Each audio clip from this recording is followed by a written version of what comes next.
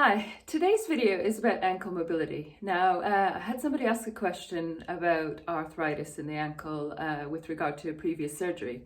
Now, the answer is the same in any case, whether you've had surgery or not. To me, an arthritis just shows that the joint isn't moving as well as it could do. And so when joints are not being compressed and decompressed, then they run into problems. And so arthritis is then formed. Now, I didn't want to make this totally about arthritis, but a little bit more about ankle mobility. And so I have got the one area that I know a lot of people miss out in terms of ankle mobility.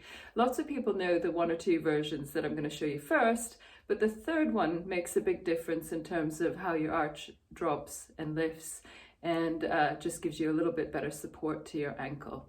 So we're going to start with the two that you probably already know. We'll run through them really quickly and then we'll get to the third one.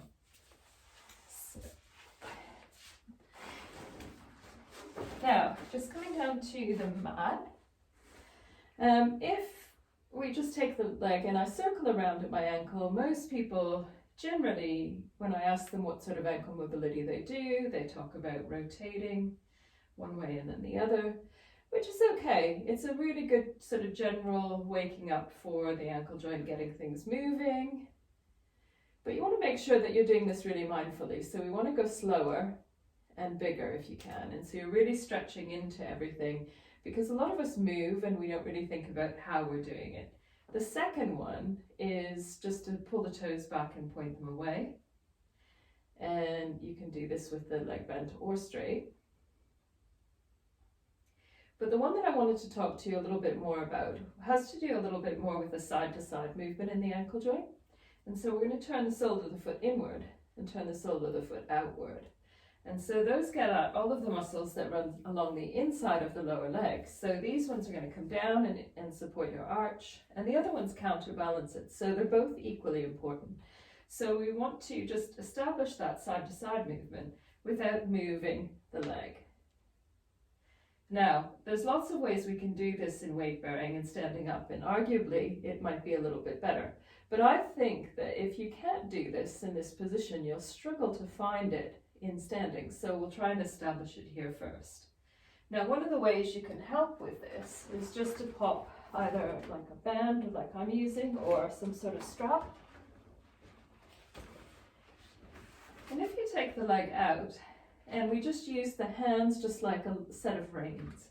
So as the ankle turns inward, you're going to pull just gently downward on the inside one, and as you go the other way, slightly down with the other. And so the intention is not that the band is pulling you in that direction, it's just following you, and you're providing a little bit of extra oomph to it. So when you get that side-to-side movement with the band, you just get that little bit of overpressure. And so you can really start to feel the muscles that you're using and working during this. Now, once you've got an idea of that movement and you can move reasonably well, we want to take the foot through a sequence as well. So when we turn inward, we're going to curl the toes under, and then we turn outward and we open the toes out wide. So we're getting used to curling in, creating that arch, and then flattening and opening the foot wide. And so it just becomes a little bit more functional for when we move upward onto our feet. And so with this, I would say if you do somewhere between 8 to 10, you may find that you need to do less than that if you're fatiguing through the muscles here. Now, when you've finished, you'll really feel those muscles in the lower leg. And you'll also feel like you've got a lot better circulation through the ankle joint. And it's the one area that a lot of people do really lack awareness in. And so it's the one place that I would say really focus on. And so regardless of whether you've had surgery in the past or there's arthritis present, it's really important to get movement back into the ankle. Not to force it, but just to do what you can. And as you build out gradually with that, you'll find you'll increase the amount of movement that you have. As with any of the exercises, these should be pain-free. We're just asking the ankle, in this case, to move through a natural range of motion that it should have. But if you have problems with it, make sure you get in touch. And stay tuned for my next series of exercises that we're going to do on the mid-back and the abdominals.